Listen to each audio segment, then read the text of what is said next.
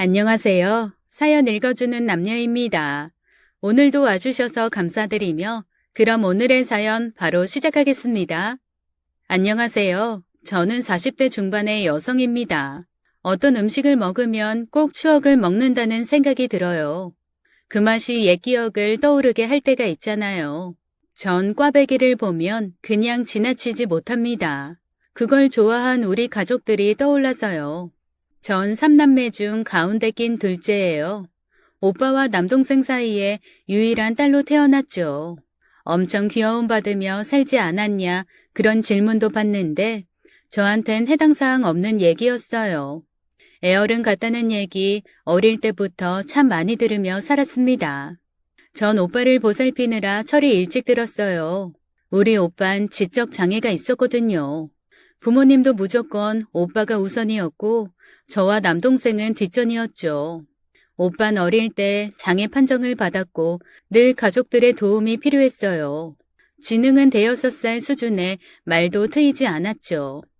오빠 다음으로 태어난 제가 딸이고 야무지다 보니 부모님은 절 수시로 부르셨어요. 두 분은 동네에서 세탁소를 하셨고 하루 종일 바쁘셨거든요. 진혜야, 일어났니? 엄마 도시락 싸는 동안 오빠 세수 좀 시켜줘. 동민아, 동생이랑 가서 세수하고 와. 오빠, 내 손 잡아. 세수하러 가게. 아침에 일어나면 전 오빠 세수하는 것부터 옷 챙기고 가방 싸는 것까지 다 도와줬어요. 그래도 어릴 땐 당연하게 받아들인 것 같아요. 엄마 아빠 도와줄 수 있어 좋았고 또 동생이니까 당연히 할 일이라 여겼죠. 하지만 힘든 일도 많았습니다. 특히 오빠가 고집 부릴 때 말 듣게 하는 게 제일 어려웠어요. 밖에 나가면 오빤 꽈배기만 보면 참질 못했죠. 돈 없다고 그냥 가자고 해도 사줄 때까지 노점 앞에서 서 있곤 했어요. 결국 꽈배기를 사주면 오빤 그 자리에서 하나를 뚝딱 다 먹었습니다. 나도 한 입만 남겨줘. 더 살 돈 없단 말이야. 오빠가 제 말을 알아들으면 얼마나 좋을까요? 하지만 꽈배기를 남겨준 적은 거의 없었죠. 그런 일이 쌓이고 이래저래 힘들면 참고 참다가 부모님 앞에서 울음을 터뜨렸어요. 그럴 때 엄만 꽈배기랑 찹쌀 도너츠를 한 봉지 가득 사주셨습니다. 아빠가 오빠를 데리고 나가면 꽈배기 파티가 벌어졌어요. 옆에서 남동생도 좋다고 먹었죠. 넌 뭐 했다고 먹냐? 오빤 내가 다 봤는데. 나도 먹고 싶단 말이야. 형 때문에 나도 힘들어. 하는 것도 없는 게. 넌 맨날 나가서 놀기만 하잖아. 전 책 읽는 것도 좋아하고 공부도 잘하는 모범생이었어요. 크면서 오빠 때문에 공부 시간 뺏기는 게 너무 싫었죠. 그럴 때면 남동생이 오빠를 모른 척하는 게 너무 얄미웠습니다. 동생은 저보다 3살 어렸는데 얜 공부에도 관심 없고 꼴통이었어요. 하루 종일 밖에서 놀기만 하면서 뭐가 그렇게 불만인지 툭하면 말썽 부리고 사고쳐서 부모님께 혼나기도 많이 혼났죠. 근데 전 영민이 마음을 알 것도 같았습니다. 다른 집 같으면 막내라고 귀여움받고 컸을 텐데 부모님은 오로지 형만 신경 쓰니 그 속도 말이 아니었겠죠. 이해하자 싶다가도 한 번씩 부하가 치밀었어요. 시험 공부를 하면서 오빠를 챙기고 집안일을 혼자서 다 하는 게 힘들고 억울했죠. 야, 최영민, 오늘은 네가 오빠 씻겨. 가방도 싸주고. 왜 맨날 나만 하는데? 싫어. 누나가 해. 맨날 하던 사람이 하는 게 낫지 왜 날 시켜. 누나 오늘 중간고사 시작하잖아. 그러니까 협조 좀 해라. 너 쿨쿨 잘 때 누난 밤새도록 공부했다고. 아이 싫어. 누나가 해. 형도 내가 해주면 불편해한다고. 누나가 시험 보는 게 나랑 무슨 상관이야? 말다툼을 하다가 싸움이 커지면 부모님이 동생을 혼냈어요. 레파토리는 늘 똑같았죠. 어쩜 그렇게 이기적이냐고 혼내면 동생은 바락바락 대들었어요. 누가 낳아달랬어? 왜 엄마 아빠 마음대로 낳아놓고 나한테만 뭐라 그래? 형은 안쓰럽다고 형만 챙기고 누난 똑똑하다고 예뻐하면서 왜 나만 혼냈는데? 내가 뭐 큰형 수발 들라고 태어난 줄 알아? 큰형 저런 게 내 탓이냐고? 아니 이 녀석이 너 뚫린 입이라고 아무 말이나 해도 되는 줄 알아? 진혜야, 회초리 좀 갖고 와라. 내가 오늘 이 녀석 혼구멍을 내줘야지. 아무리 화가 나도 부모한테 할 소리가 따로 있지. 뭐가 어쩌고 저쩌지? 이 배은망덕한 녀석아. 부모님은 막내를 달래지 않고 혼내기부터 하셨어요. 남동생이 사춘기 때 엇나가기 시작한 건 어쩌면 당연한 일이었어요. 영민인 중학교 때부터 비행 청소년이 돼버렸습니다. 껄렁한 애들이랑 다니면서 하루가 멀다 하고 사고를 치고 다녔어요. 하지 말라는 건 다 하고 다니는데 정말 기가 막혔죠. 학교에서 모범생이던 저는 가끔 곤란한 질문을 받기도 했어요. 최진애, 넌 밤낮 전교 1등만 하면서 동생은 나 몰라라는 거냐? 네 동생 땡땡고 최영민 맞지? 이 녀석아, 공부만 하지 말고 동생 좀 챙겨. 선생님이 영민이를 어떻게 아세요? 얼마나 유명하면 내가 다 알겠냐? 동생 좀 신경 써. 너만 공부 잘하면 다야. 툭하면 뱃싸움질해서 동네 물 흐리는 게 그 녀석 패거리들이잖아. 네 부모도 참 속상하시겠다. 제가 봐도 영민이는 한심한 짓만 골라서 했습니다. 주먹질도 서슴지 않았고 온갖 비행을 다 저질렀죠. 말할 수 없이 밉다가도 때론 동생이 안쓰러웠어요. 저야 부모님께 순종하고 오빠 돌보면서 버텼지만 영민이는 저랑 달랐거든요.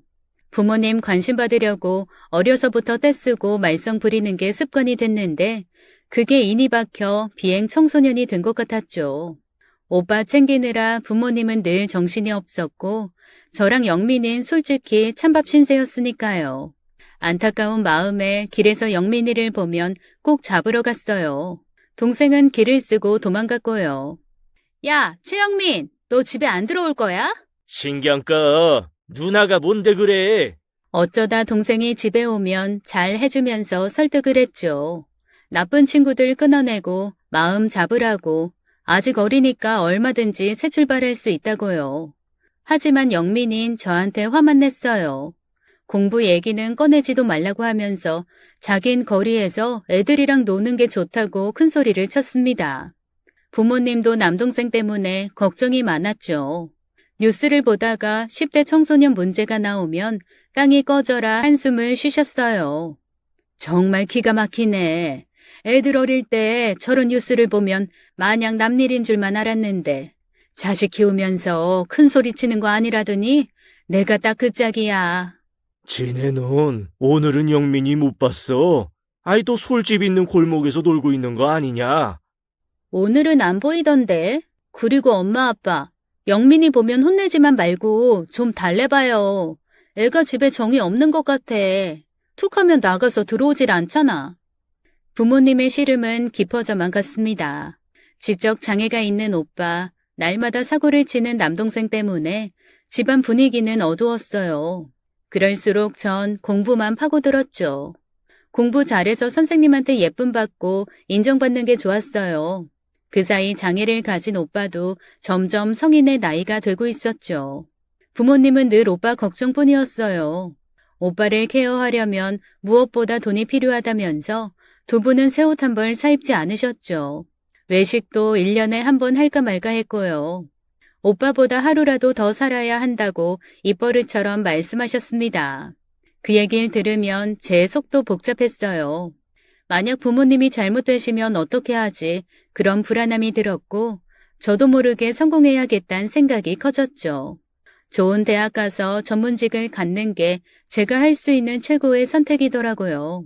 집에서 정신없이 공부를 하고 있으면 TV를 보던 오빠가 절 물끄러미 보곤 했습니다. 오빠가 무슨 생각을 하는지 알 수 없었지만 전 늘 이렇게 말하곤 했어요. 나 공부하니까 오빤 놀아. 사고치지 말고 얌전히 있어야 돼. 지네 공부해. 나는 TV 봐. 맞아. 오빠, 거기 귤 먹어. 나한테 말 시키면 안 돼, 오빠. 알겠어? 그렇게 공부해서 1등 성적표를 받아오면 그때만큼은 부모님도 환하게 웃으셨죠. 그치만 웃음 끝엔 늘 한숨이셨어요. 사고뭉치 동생을 떠올리시는 것 같았죠. 영민이가 이제라도 정신 차리면 얼마나 좋을까 저도 참 속상했습니다. 고3 땐 이런 일도 있었어요. 1학기 기말고사가 끝나고 빵집에 케이크를 사러 갔죠. 그날이 동생 생일이었거든요. 초코 케이크 주세요. 촛불은 16개 주시고요. 웬일이야? 이 촛불을 달라고 하고. 영민이 생일이거든요. 오늘은 초도 켜주려고요. 역시 누나밖에 없네. 영민이 요새 집에 들어와? 공부 좀 해. 여전해요. 애가 정신을 못 차리네요. 마음 잡고 공부 좀 했으면 좋겠어요, 저도. 지네 너라도 포기하지 말고 영민이 설득해. 아이 부모님이야 동민이 때문에 정신이나 있겠어. 자, 촛불이랑 폭죽도 넣었어. 생일 파티 근사하게 해봐. 폭죽 터뜨리고 케이크에 촛불 켜는 건 우리 집에선 금지된 일이었어요. 오빠가 촛불을 보면 흥분해서 불이 날 뻔한 적이 있었거든요. 전 집에 가자마자 미역국도 끓이고 잡채랑 불고기까지 했어요. 그리고 동생한테 삐삐를 쳤습니다. 제 연락을 받은 동생이 공중전화로 전화를 했더라고요. 영민아, 저녁은 집에 와서 꼭 같이 먹자. 누나가 생일상 차렸어. 웬일이야? 공부벌레가 내 생일상을 차리고. 웬일이긴. 꼭 들어와야 돼. 너 좋아하는 초코 케이크도 사놨어. 7시까지는 와. 알았어? 형은 세탁소에 잠깐 보낼 거야. 그러니까 꼭 와. 뭐 그럼 가보든지. 전 동생을 기다리면서 생일상을 정성스럽게 차렸습니다. 사실 부탁할 것도 있고 해서 영민이 비위를 맞춰주고 싶었어요. 저녁 때 집에 온 동생은 미역국에 밥도 많이 먹고 좋아하는 초코 케이크도 실컷 먹었죠. 전 이때를 놓치지 않고 말을 꺼냈습니다. 영민아, 말 꺼내기 좀 이르긴 한데 누나 올해 수능 보는 거 알지? 알지. 근데 그날 오빠 좀 봐줄래? 누나 마음 편히 시험 보고 싶어서 그래. 귀찮은데. 그러지 뭐. 하루쯤은 괜찮겠지. 그 부탁하려고 생일상까지 차리고 안 하던 짓을 한 거야? 너무 속 보이는 거 아니야, 누나? 꼭 그런 건 아니고. 영민아, 너 마음 잡고 공부 안 할래? 누나 대학 가면 너 공부 도와줄 수도 있는데 계속 이렇게 살 거야? 또 그 얘기야. 나 공부하기 싫다니까. 누구 좋으라고 공부를 해. 대충 살다 갈 거니까 누나 신경 꺼. 배부르다. 다 먹었으니까 난 간다. 야, 어딜 가? 또 외박이야? 난 받기 편해. 좀 있으면 형도 올 거 아니야. 참, 생일 선물은 없어? 난 현금이 제일 좋은데. 남동생은 그때쯤 거의 밖에서 생활하고 있었어요. 나이도 어린 게 외박이 일상이었죠. 친구네 누구네서 잔다고 하고 며칠 동안 안 들어오는 건 일도 아니었어요. 전 고3이라 입시 준비에 바빴고 그렇게 수능 날이 다가왔습니다. 수능 전날 약속대로 영민이가 집에 들어와 자더라고요. 내심 너무 고마웠습니다. 그날도 부모님은 세탁소 일을 나가셨고 전 영민이만 믿고 수능을 보러 갔어요. 글을 쓰고 공부한 덕분에 수능 시험을 잘 볼 수 있었고 전 홀가분한 마음으로 집으로 돌아오는 길이었죠. 근데 버스 정류장에서 만난 동네 아저씨가 큰일 났다고 하는 거였어요. 진혜야, 네 오빠가 없어졌어. 이 집이 발칵 뒤집어졌다고. 네?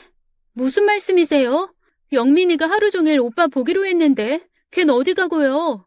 몰라. 니네 엄마 거의 쓰러지기 직전이야. 얼른 가봐. 그때부터 제정신이 아니었어요. 집으로 뛰어 올라가 보니 엄만 세탁소 앞에서 거의 기절해 있었죠. 이웃들이 엄마 깨운다고 얼굴에 찬물을 뿌리는 게 보였어요. 전 가방을 던져놓고 오빠를 찾으러 나섰습니다.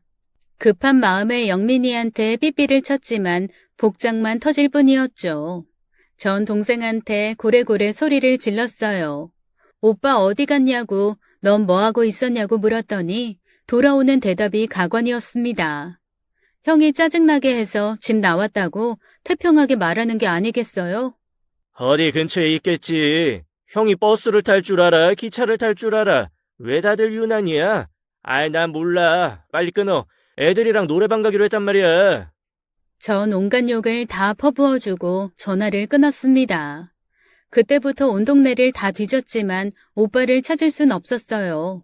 오빠가 좋아하는 분식집, 오락실, 놀이터, 골목 구석구석 다 찾았지만 흔적도 찾을 수 없었죠. 이대로 오빠를 잃어버리는 건가 엉엉 울다가 경찰에 신고해야겠다는 생각에 집으로 달려갔습니다. 집 현관에 도착하자마자 전화벨이 울렸어요. 옆 동네에 사는 제 친구였죠. 진혜야, 아무래도 이상해서 전화했어. 집 앞 슈퍼에 네 오빠랑 되게 닮은 사람이 있거든? 뭘 잔뜩 먹어놓고는 돈을 못 내서 주인이 경찰 부른다고 난리야. 혹시 니네 오빠 집에 있어? 성은아, 우리 오빠 맞아. 오빠 없어져서 우리 집 난리 났거든. 그 슈퍼 이름이 뭐야? 전화번호 있어? 아니다. 우리가 지금 당장 갈게. 미안한데 나가서 사정 얘기 좀 해줄래? 우리가 당장 가서 돈도 내고 오빠 데리고 오겠다고 해줘. 우여곡절 끝에 오빠를 찾게 됐고 그날 밤 동생은 아빠한테 붙들려 된통 혼났습니다. 아빠가 그렇게까지 화내는 건 처음 봤어요. 영민인 아빠한테 엄청나게 얻어맞고 지독하게 혼이 났죠. 반항을 해도 그날만큼은 아빠가 봐주지 않았어요. 결국 동생은 애처럼 엉엉 울었고 부모님과 저도 눈물을 흘렸죠. 오빠도 놀랬는지 막 자기 머리를 벽에 찌더라고요. 남동생은 그 일로 오빠를 더 싫어하게 됐습니다. 내가 죽어야 속이 시원하겠어? 이럴 거면 나 없는 자식 치면 되잖아. 오늘부터 나 호적에서 봐.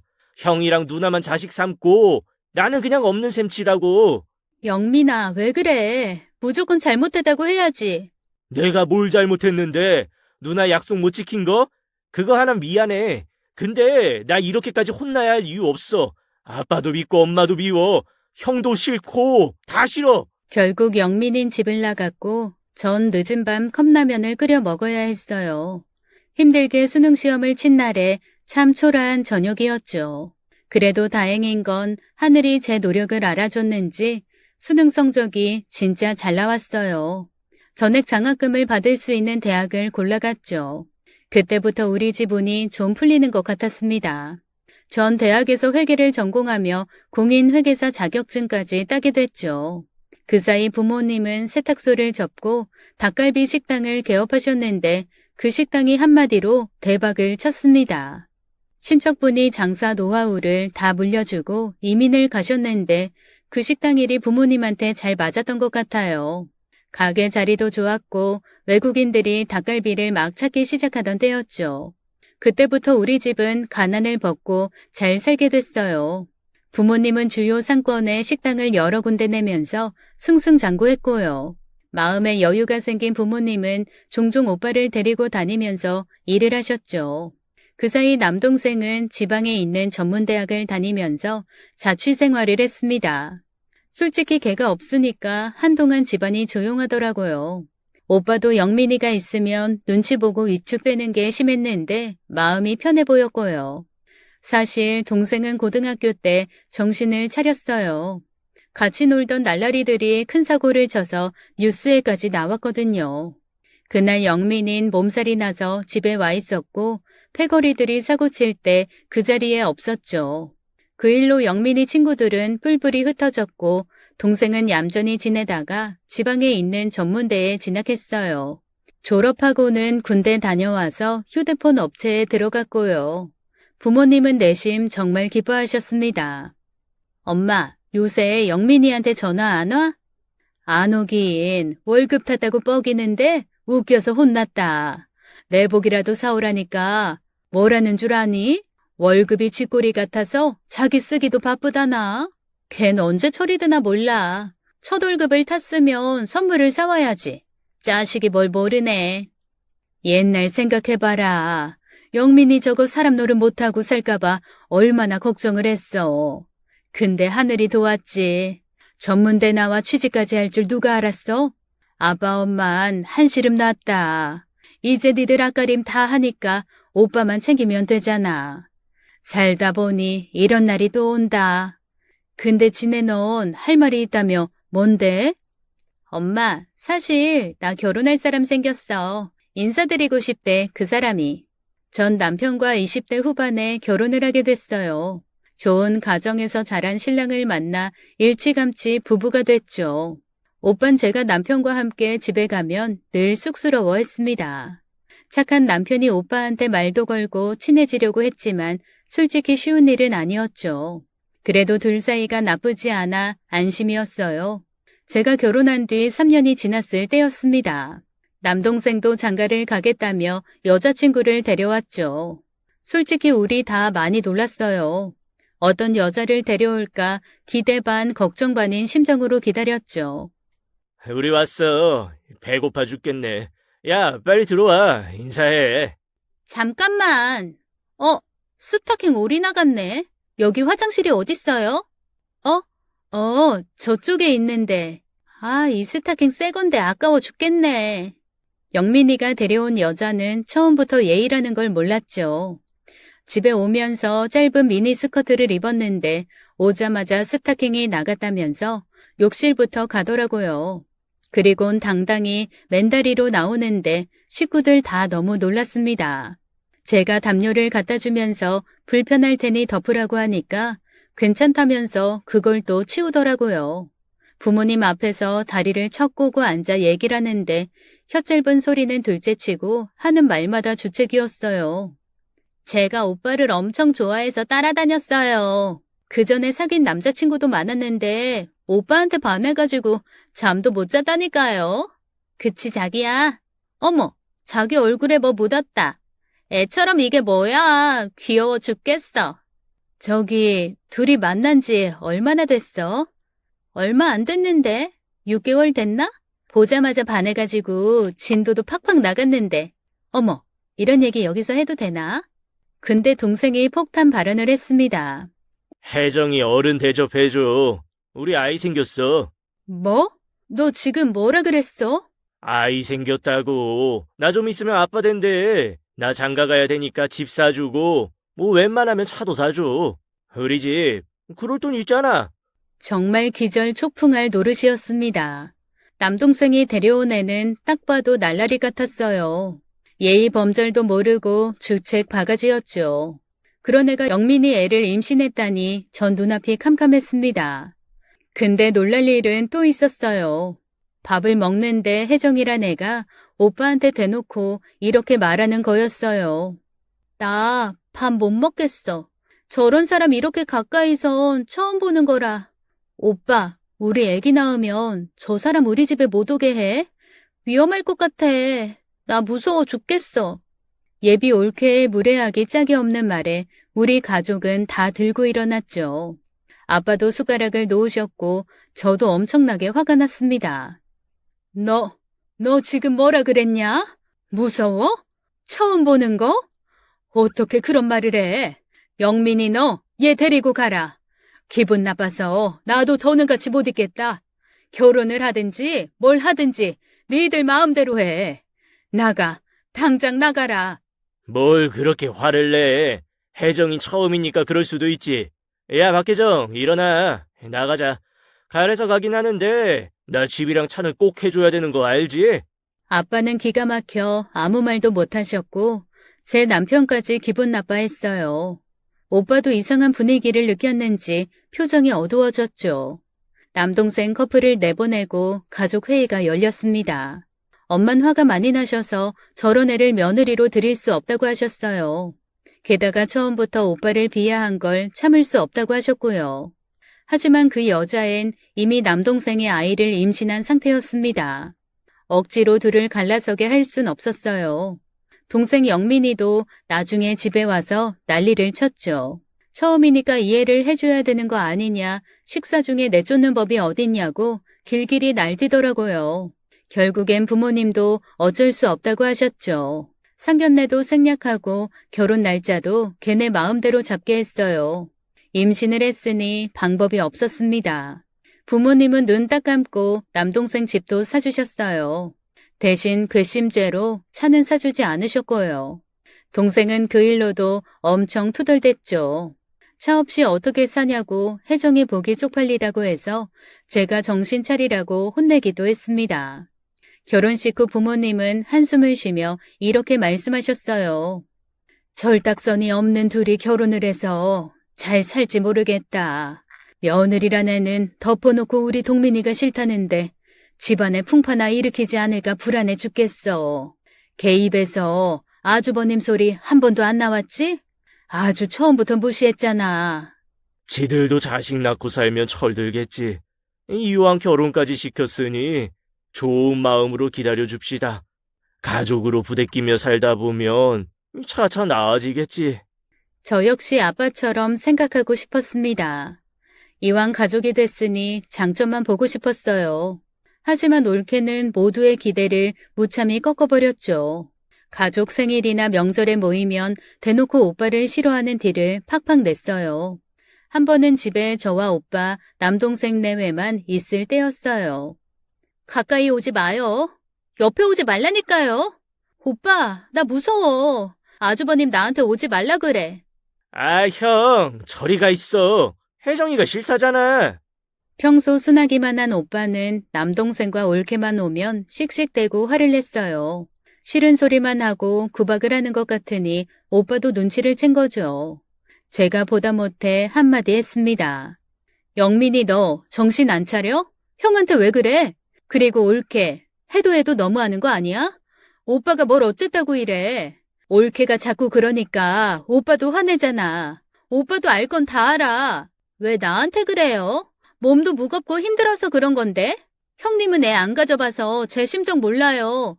오빠, 우리 그냥 집에 가자. 나 짜증나. 태규에도 안 좋을 것 같아. 뭐? 올케, 말 다 했어? 마음을 곱게 쓰는 게 태규 아니야? 영민이 너, 네 댁 데리고 그냥 집에 가. 엄마 아빠 오시기 전에 올케 데리고 가라고. 제가 화를 내니까 오빠도 막 성을 냈어요. 그럴만한 게 올케는 오빠를 자극할 만한 짓만 골라서 했습니다. 소리 지르고 흘겨보고 근처만 가도 펄쩍 뛰니 올케의 그런 행동에 오빠도 난폭해졌어요. 지적 장애가 있는 오빠는 단순해서 자꾸만 자길 보고 부정적인 행동을 하는 올케를 적으로 간주하는 것 같았죠. 어쩔 수 없는 일이었습니다. 올케, 우리 오빠 여태껏 누구 때린 적도 없고 착해. 올케가 자꾸 그러니까 오빠도 겁먹어서 그러는 거라고. 그건 형님 생각이고요. 저 갈래요. 몸도 무거워 죽겠는데 신경질 나 죽겠네. 자기야, 내 가방 좀 챙겨. 우리 집에 가자. 차라리 그런 날은 조용히 지나간다고 할 수 있었죠. 한 번은 설에 올케가 소리를 하도 지르고 오빠를 피해 다녀서 다 차려놓은 상이 엎어진 적도 있었어요. 오빠도 올케가 올 때마다 힘든 눈치였습니다. 모이면 무슨 일이 벌어질까봐 조마조마하고 힘들어서 나중엔 아예 명절을 따로 보내기로 하셨죠. 엄마는 눈물바람을 하셨고요. 동민이가 언제 사람한테 해코지한 적이 있냐? 뭘 몰라도 생전 그런 적 없는 애 아니냐. 근데 새애기 걔는 왜 덮어놓고 동민이가 싫다 무섭다 그런다니? 내가 그 생각만 하면 억장이 무너져. 나도 속상해 엄마. 처음엔 그럴 수도 있다고 이해하려고 했는데 점점 하는 행동이 가관이야. 기념일이나 명절엔 우리끼리 만나요. 아버지도 많이 속상해 하셨죠. 가끔은 남동생이 밉기도 했어요. 가정 이뤄 사는 애 욕하는 것도 누나가 할 짓은 아니었지만 착하고 순한 올케였으면 얼마나 좋았을까 안타깝고 아쉬웠습니다. 그러던 어느 날 회사에서 한 통의 전화를 받았어요. 도저히 믿을 수 없는 끔찍한 소식이었습니다. 부모님이 고속도로에서 교통사고를 당하신 거였어요. 이제 먹고 살만해지고 모두 자리 잡고 살게 됐는데 두 분은 같은 자리에서 한날 한시에 돌아가시게 된 거였죠. 제 마음도 찢어졌지만 장례식장 영정사진을 보는 오빠를 보면 눈물을 그칠 수가 없었어요. 엄마, 아빠 사진 있어. 근데 없어. 오빠, 이리 와 앉아. 내 옆에 와서 앉아. 사이다 줄게. 평소 그렇게 좋아하는 사이다를 준대도 오빠는 도무지 앉지를 않았어요. 아빠 엄마를 기다리는 것처럼 서성이기만 했습니다. 부모님의 죽음을 오빠한테 어떻게 이해시켜야 할지 영원히 볼 수 없는 엄마 아빠를 오빠는 또 얼마나 기다릴지 마음이 너무 무겁고 힘들었어요. 앞으론 또 오빠를 어떻게 돌봐야 하나 고민이 많이 됐죠. 남동생은 유산 상속에 대한 얘기를 먼저 꺼냈습니다. 전 유산을 삼형제가 똑같이 나누자고 했어요. 당연히 동생네도 동의할 거라 생각했어요. 근데 올케가 뜻밖의 말을 꺼냈습니다. 형님, 그건 아니죠. 솔직히 아주버님은 지적장애인인데 유산 필요 없지 않아요? 돈 셀 줄도 모르는 사람한테 무슨 재산을 나눠줘요. 올케, 그게 무슨 소리야? 따지고 보면 오빠한테 돈이 제일 많이 필요하지. 우리야 돈 벌 능력 되지만 오빠는 아니잖아. 오빠 죽을 때까지 돈 한 푼 못 버는데 그럼 어떻게 하자는 거야? 왜 다짜고짜 화부터 내세요? 제 말 끝까지 들어보세요. 돈이 많아도 아주버님이 그걸 관리할 수나 있어요? 차라리 저희랑 형님이 유산을 나눠 갖고 두 집에서 번갈아 가면서 아주버님 돌보는 게 낫잖아요. 형님이 혼자 아주버님을 어떻게 돌봐요? 가정도 있으신 분이. 말은 그럴듯하게 했지만 전 올케의 속이 빤히 들여다 보였죠. 만약 그렇게 하면 돈만 쏙 빼먹고 남동생과 올케는 오빠를 나몰라라 할 게 분명했습니다. 부모님 계실 때도 오빠를 그렇게 싫어하던 올케였어요. 지금은 부모님도 안 계신데 올케가 오빠를 챙길 리가 없었습니다. 그걸 바랄 수 있는 위인이 아니었어요. 누구보다 올케 자신이 더 잘 알고 있었겠죠. 아기 키우면서 오빠를 어떻게 돌본다는 건지 그저 돈 욕심에 그런 제안을 했다는 걸 전 잘 알고 있었습니다. 일단 생각 좀 해보자. 셋이 똑같이 나누고 오빠 돈은 내가 관리했으면 좋겠는데 둘이 날 못 믿겠다는 거잖아. 좀 더 시간을 두고 생각해보는 게 좋겠어.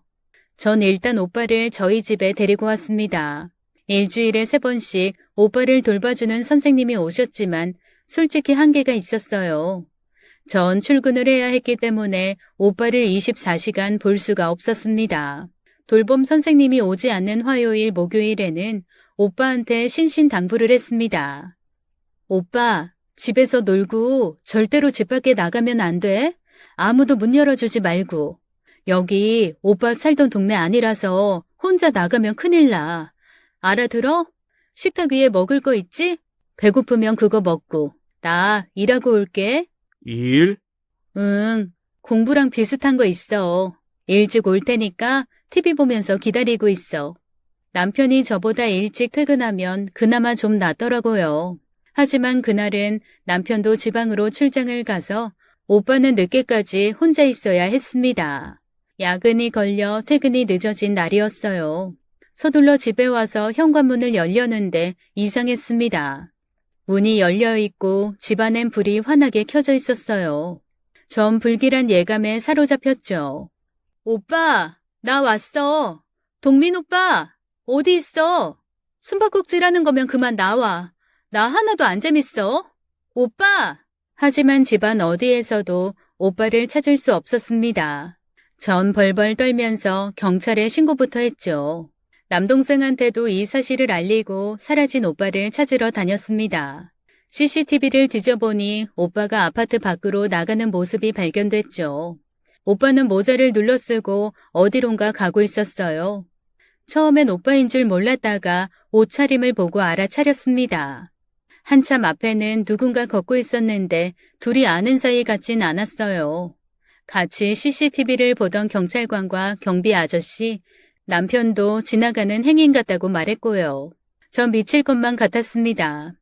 혹시라도 오빠가 돌아올까 싶어 현관문도 제대로 못 닫고 지냈습니다. 잠도 잘 수 없었고 어쩌다 설핏 잠이 들면 꿈에 부모님이 나왔어요. 꿈에서 깨어나면 죄책감에 가슴이 찢어질 것 같았고요. 길을 가다가도 오빠랑 비슷한 체격의 남자를 보면 붙잡고 말을 걸어서 미친 사람 취급을 받기도 했죠. 아무리 기다려도 좋은 소식은 들려오지 않았어요. 전단지를 만들어 곳곳에 붙이고 인터넷에 오빠를 찾는다는 글을 올렸지만 제보는 다 거짓이었습니다. 남동생과 올케는 처음에만 오빠를 좀 찾는 듯 하더니 나중엔 찾는 신용도 하지 않았죠. 그러더니 또 상속 얘기를 꺼내더라고요. 조금만 더 기다려보자. 오빠 당장 내일이라도 다시 돌아올 수 있잖아. 그럼 마냥 기다리고 있으라고? 따지고 보면 이거 다 누나 때문이야. 그러게 애초에 집사람 말대로 하지 그랬어. 유산 우리 둘 몫으로 나누고 형 번갈아 돌봤으면 이런 일도 없었잖아. 누나 고집 때문에 형도 잃어버리고 이게 뭐야? 오빠 잃어버린 게 다 내 탓이란 거야? 야, 최영민, 어떻게 나한테 그런 말을 해? 올케가 출산 전부터 뭘 했어? 아기 있는 집에 오빠 절대 못 들인다고 올케가 그랬어, 안 그랬어? 오빠를 너희 내외가 어떻게 돌보겠다는 건데? 지금 내 속이 속인 줄 알아? 밤에 잠도 못 자고 쪽잠이라도 들면 엄마 아빠가 꿈에 나와. 니들이 안 그래도 죄책감에 가슴이 찢어질 것 같다고. 난 모르겠고 일단 상속부터 처리해. 형 없어진 걸 나보러 어쩌라고. 누나도 참 답답하다. 형 40년 후에 나타나면 그때 돈 나눌래? 그때 내가 죽었을지 살았을지 어떻게 알아? 일단 내 돈 내놔. 자식으로서 나 권리 있어. 남동생의 주장은 인정머리는 없어도 틀린 말은 아니었죠. 전 결국 상속 문제를 매듭짓기로 했습니다. 법적으로 부모님 재산의 3분의 1은 오빠의 지분으로 남겨두고 남은 걸 반씩 갖게 됐어요. 그래도 꽤 큰 돈이었어요. 부모님 식당이 여러 개였고 집 세 채에 땅까지 있었거든요. 세탁소 할 때 어렵게 살면서도 부모님은 엄청나게 절약하고 사셨고 닭갈비집이 잘 되고 재산이 크게 불어났어도 오빠를 위해서 그 돈 허투루 쓰지 않으셨어요. 이 돈 흥청망청 쓰지 마. 엄마 아빠가 어떻게 벌고 모은 돈인데. 누나 말 알아들어? 참견마. 우리가 알아서 해.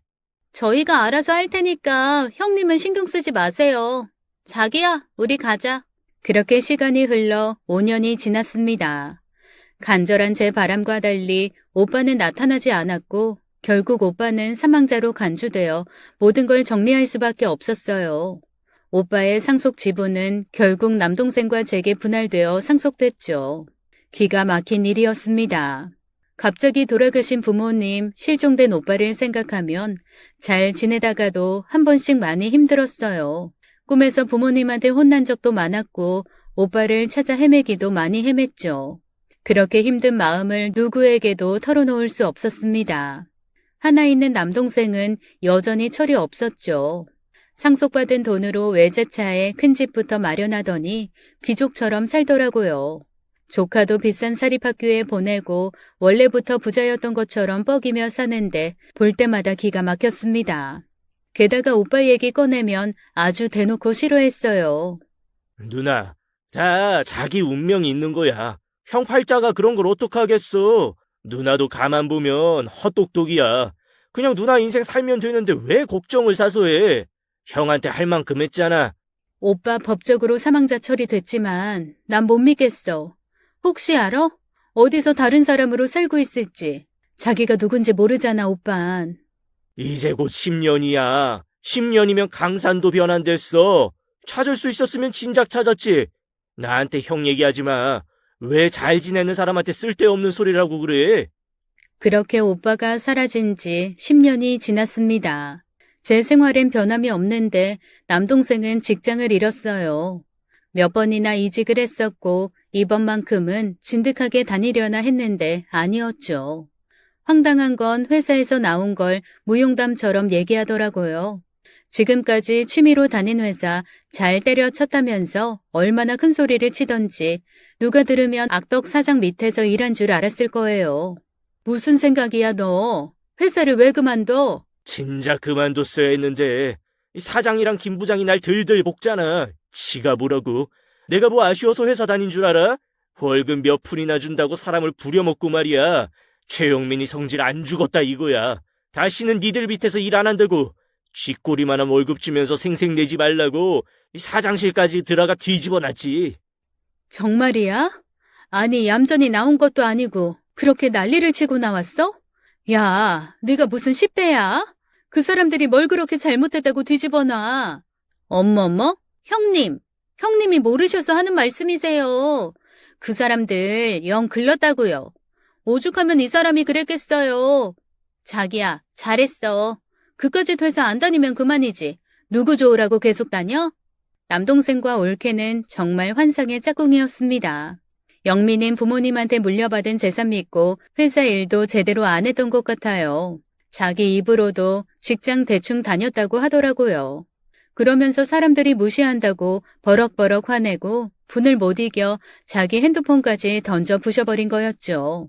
다시는 니들 밑에서 일 안 한다고 욕설에 고성방가에 경찰이 출동할 정도로 뒤집어 놓고 온 걸 자랑스럽게 얘기하는 수준이었습니다. 그걸 또 올케는 잘했다고 하는 거였고요. 뭐 해 먹고 살 거냐고 했더니 있는 돈 털어 사업을 할 거래요. 예전부터 술집을 해보고 싶었다면서 황당한 얘기까지 꺼냈습니다. 와이프가 다른 건 몰라도 술 하나는 기가 막히게 말잖아. 혜정이 왕년에 나이트 죽순이었다는 거 누나 모르지? 최영민, 창피한 줄 알아. 그게 무슨 자랑이라고 누나 앞에서 떠벌려? 그리고 무슨 술집, 경험도 하나 없으면서 뭘 하겠다는 거야. 자영업이 무슨 장난인 줄 알아? 무슨 말을 그렇게 섭하게 해? 처음부터 경력자인 사람이 있어? 그리고 나 자신 있다고. 장사 잘 되면 내가 한턱 크게 쏠게. 두고 보셔. 결국 남동생과 올케는 지방에 있는 대학가에 술집을 차렸습니다. 부모님이 물려주신 돈으로 차린 거였죠. 경험도 없는 애가 무슨 장사를 하겠다는 건지 걱정은 됐지만 전 오픈일에 맞춰 화분을 보냈습니다. 이렇게 된 이상 들인 돈 안 까먹고 사업을 잘 해나가길 바랬어요. 다행히 처음부터 장사가 잘 되는 것 같더라고요. 전 이직하려고 일을 쉬고 있었는데 올케한테 연락이 왔습니다. 형님, 부탁 하나만 드려도 돼요? 우리 가게 완전 대박 터졌잖아요. 알바생을 더 뽑아야 하는데 안 구해져서 큰일이에요. 며칠이라도 저희 좀 도와주시면 안 돼요? 왜? 공짜로 사람 부리게? 양심상 그냥 해달라고는 못하지만 가족이 뭐겠어요. 힘들 때 조건 없이 도와주는 관계 아니에요? 오며 가며 기름값 정도는 챙겨드릴 수 있는데 혹시 섭섭하세요? 올케 속은 여전히 밴댕이 속 저리 가라였죠. 그 얘긴 곧 가족이니까 기존 시급만큼은 못 준다. 그렇지만 수고비 정도는 드리겠다 이거였죠. 속이 많이 들여다 보였지만 전 동생을 생각해서 가기로 했어요. 딱 일주일만 도와주기로 했고 가자마자 가게 앞에 알바 구함이라고 크게 써붙여 놨습니다. 알바가 안 구해진다는 건 뻥인 것 같았어요.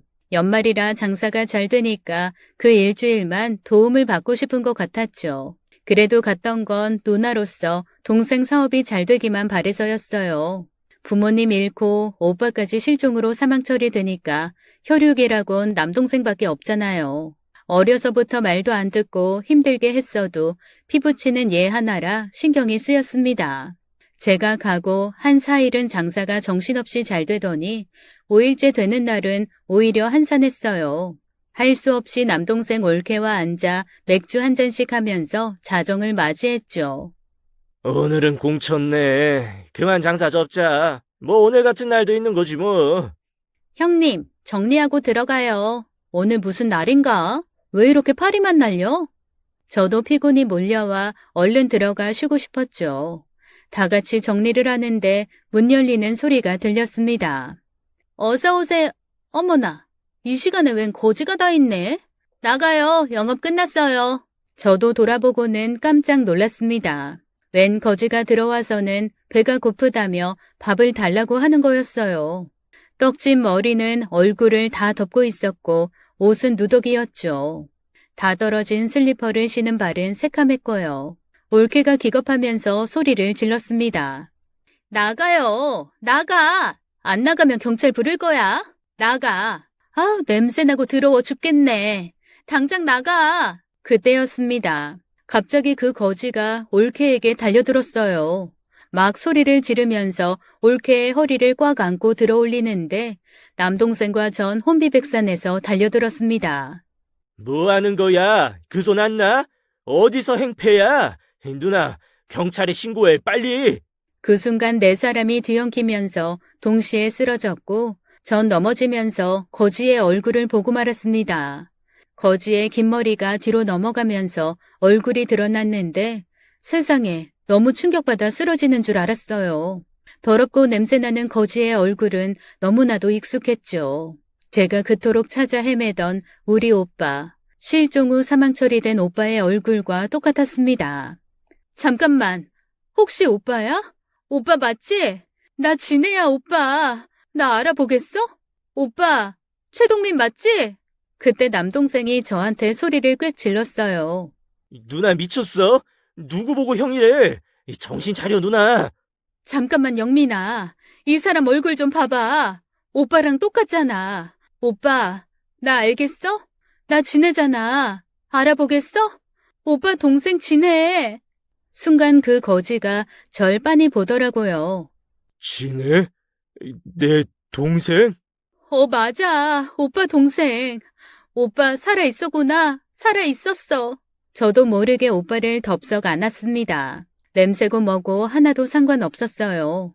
너무 기뻐 기절할 것 같았습니다. 그때였어요. 올케가 쓰러지며 발작을 하더라고요. 올케가 간질 환자인데 너무 충격을 받은 건지 쓰러지며 온몸을 부르르 떨기 시작했어요. 남동생은 그런 올케는 안중에도 없이 얼이 빠진 표정으로 이렇게 말했어요. 말도 안 돼. 귀신이야? 형이 살아있을 리가 없어. 그럴 리 없다고. 여긴 어떻게 왔어? 그때 죽은 거 아니었어? 너 그게 무슨 말이야? 그때 죽은 거 아니냐니? 어떻게 살아왔냐니? 너 뭐 알고 있었어? 빨리 말해. 그게 무슨 말이냐고! 전 남동생 멱살을 잡고 흔들었습니다. 그때였어요. 거지 행색의 오빠가 다가오더니 저를 옆으로 밀쳤습니다. 그리곤 화난 표정으로 이렇게 말했습니다. 산에서 나 밀었어. 나 다쳤어. 아팠어. 아니야. 아이 무슨 말이야 그게. 남동생은 펄쩍 뛰면서 아니라고 했지만 오빤 이렇게 말했죠. 나 아팠어. 너 때문에 이씨. 오빤 막 화를 내더니 소리를 지르면서 울부짖었습니다. 그러더니 옆에 있던 의자를 들어 동생한테 던지려고 했죠. 전 기를 쓰고 오빠를 말렸어요. 하지만 흥분한 탓인지 아무리 말려도 오빤 쉽게 진정되지 않았습니다. 도움을 청할 사람이 없어 전 결국 경찰에 신고를 하게 됐어요. 그리고 사건의 전말이 밝혀졌습니다. 알고 보니 오빠의 실종은 남동생과 올케가 짜고 벌인 일이었어요. 다 부모님 재산 때문이었죠. 제가 출근하고 돌봄 선생님도 오지 않는 날 매형까지 출장을 간 걸 알고 남동생은 집에 찾아온 거였어요. 산에 놀러 가자고 하면서 오빠를 데리고 나갔고 의심을 피하기 위해 저만치 앞서서 걸어갔죠. 그리고 오빠가 한 말은 모두 사실이었어요. 남동생은 오빠를 험한 산꼭대기로 데려가서 밀었고 그대로 자리를 뜬 거였죠. 굴러떨어진 오빠는 정신을 잃었지만 깨어났고 다행히 목숨을 건졌지만 그대로 길을 잃었던 거였어요. 거지 행색이 된 건 당연했습니다. 여기저기 떠돌며 길에서 살았으니까요. 쓰레기를 주워 먹고 해가 지면 아무 데서나 자는 생활을 했던 거였죠. 사건의 전말을 알게 될수록 제 분노는 더욱 커져만 갔습니다. 영문도 모른 채 거지꼴로 헤매고 다녀야 했던 오빠가 너무 불쌍하고 가여웠어요. 그리고 오빤 한쪽 다리를 절고 왼쪽 손가락은 많이 휘어져 있었죠. 전 동생을 추궁해 오빠를 데리고 갔던 산이 어딘지 알아냈어요. 며칠 동안을 산 주변을 배회하다가 산 중턱의 한 식당에서 어렵게 목격자를 찾을 수 있었어요. 할머니는 10년 전에 오빠를 분명히 기억하고 있었습니다. 불 때려고 나와보니까 웬 사람이 저 땔감 있는데 쓰러져 있는 거야. 처음엔 사람인지도 몰랐어. 나중에 보니까 기절해 있더라고. 정신 차려보라고 하니까 눈만 살짝 뜨는데 얼마나 놀랬던지. 많이 다친 것 같아서 신고를 하려고 식당에 들어간 사이에 없어진 거야. 그때 놀랬던 게 생생해 아주. 정신이 없던 오빤 그대로 도망을 쳤던 것 같아요.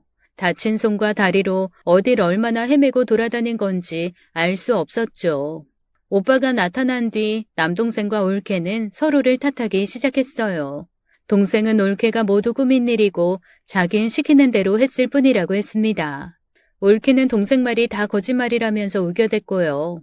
이런 말까진 하기 싫었는데 인간 쓰레기들을 보는 것 같았어요. 결국 전 돈 때문에 악마 노릇을 한 남동생과 올케를 고소하게 됐습니다. 제가 고소한 사실을 알자 그 둘은 싹싹 빌기 시작했어요. 무릎까지 꿇고 다신 안 그러겠다고 한 번만 봐달라는데 기가 막혔죠. 누나, 나 한 번만 봐줘. 다 지난 일이잖아. 형 돌아왔잖아. 다신 안 그럴게. 나 진심으로 반성하고 있다고. 누나 대신 형 진심으로 돌볼게. 이제 장사도 잘 되고 사람답게 살겠다는데 누나 왜 이래? 뭐? 사람답게? 돌아보면 너 어렸을 때부터 사람 아니었어. 유산에 혹해서 형을 죽이려고 해? 작정을 하고 오빠를 산에서 밀어? 그런 생각 아무나 못해. 악마가 아니고서야 못한다고. 올케랑 죗값 달게 받아. 감옥에서 네가 한 짓을 잘 생각해보라고. 돌아가신 엄마 아빠가 얼마나 억울하고 분하셨겠니? 하늘이 무섭지도 않았어? 궁지에 몰린 남동생은 막말까지 하더라고요. 좀 솔직해져 보시지. 누나도 형 없어진 10년 동안 편하지 않았어? 어렸을 때 누나도 형 보기 싫다고 했었잖아.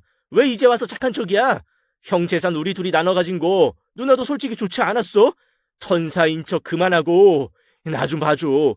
잘못 알았다고 하고 고소 취하해달라고. 하나밖에 없는 동생 신세 망치는 걸 봐야겠어? 신세는 네가 망쳤지. 내가 뭘 했다고 그래? 그래. 오빠 보는 거 솔직히 힘들 때도 있었어.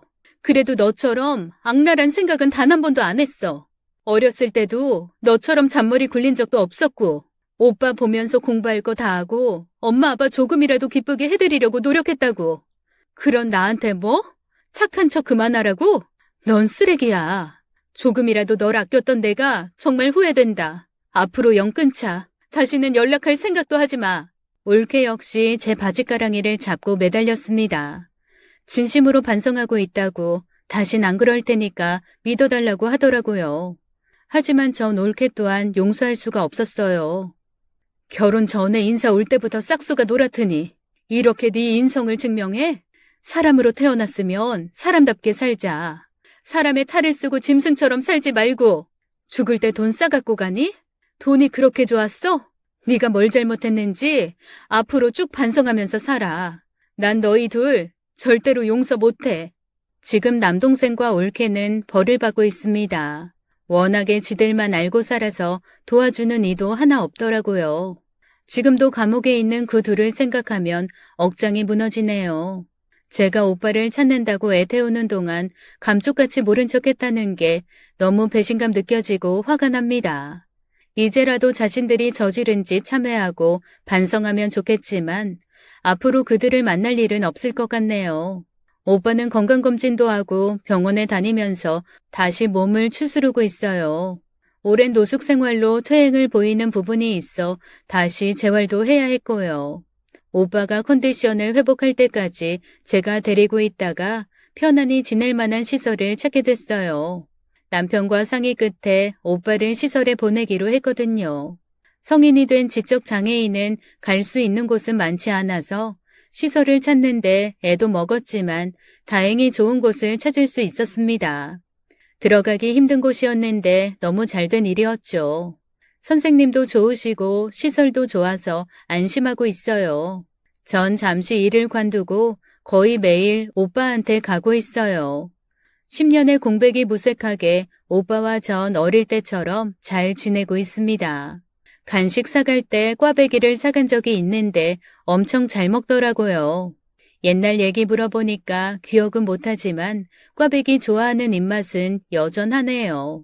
제가 오빠 놀리느라 하나밖에 없는 꽈배기 내가 먹어야겠다고 하니까 엄청 슬픈 표정을 짓더라고요. 아니야, 오빠 다 먹어. 난 오면서 하나 먹었어. 맛있게 먹어, 오빠. 여전히 의문인 건 오빠는 어떻게 남동생의 술집에 들어오게 됐을까예요. 그게 너무 신기하고 다행으로 느껴집니다. 한편으론 하늘에 계신 엄마 아빠가 도와주신 거 아닐까 그런 생각도 들고요. 그날이 없었다면 오빤 지금도 길을 헤매며 쓰레기통을 뒤지고 있을지도 모르잖아요. 참, 오늘은 조금 기쁜 일도 있었어요. 떡을 먹던 오빠가 저한테도 먹어보라고 하나를 권해주네요. 이런 일 잘 없는데 너무 기쁜 거 있죠? 전 눈물까지 글썽해서 오빠가 준 떡을 맛있게 먹었습니다. 오빠, 나 누구야? 내 이름 뭐야? 진해, 내 동생. 맞아. 나 오빠 동생 진혜야. 절대로 잊어버리면 안 돼. 한 번은 오빠와 함께 근처 강으로 바람 쐬러 나갔어요. 주변에 나들이를 나온 가족들이 많았는데 저도 모르게 눈물이 흐르더라고요. 오빠한테 엄마 아빠 기억나냐고 물었더니 우두커니 서서 지나가는 사람들을 유심히 보네요. 아마도 부모님을 찾는 것 같았습니다. 표현하지 못해도 오빠 역시 부모님이 많이 그립겠죠. 그날 오빠를 시설에 데려다주고 집에 오는 길에 차 안에서 많이 울었던 것 같아요. 전 마음으로 부모님께 편지를 썼습니다. 오빠 끝까지 잘 지켜달라고요. 이런 얘기 들어보셨나요? 과거에 사는 사람은 우울하고 미래에 사는 사람은 불안하지만 현재를 사는 사람은 행복하다는 말이요. 전 오빠와 지금 이 순간을 행복하게 지내고 싶습니다. 앞으로 오빠의 아픈 기억이 잘 치유되면 좋겠어요. 무엇보다 하늘에 계신 부모님이 안심하실 것 같아 다행입니다. 제 사연은 여기까지예요. 긴 이야기 들어주셔서 감사합니다. 지금까지 사연 읽어주는 남녀였습니다. 끝까지 함께 해주신 여러분 감사드리며 저는 다음 사연으로 돌아올게요. 감사합니다.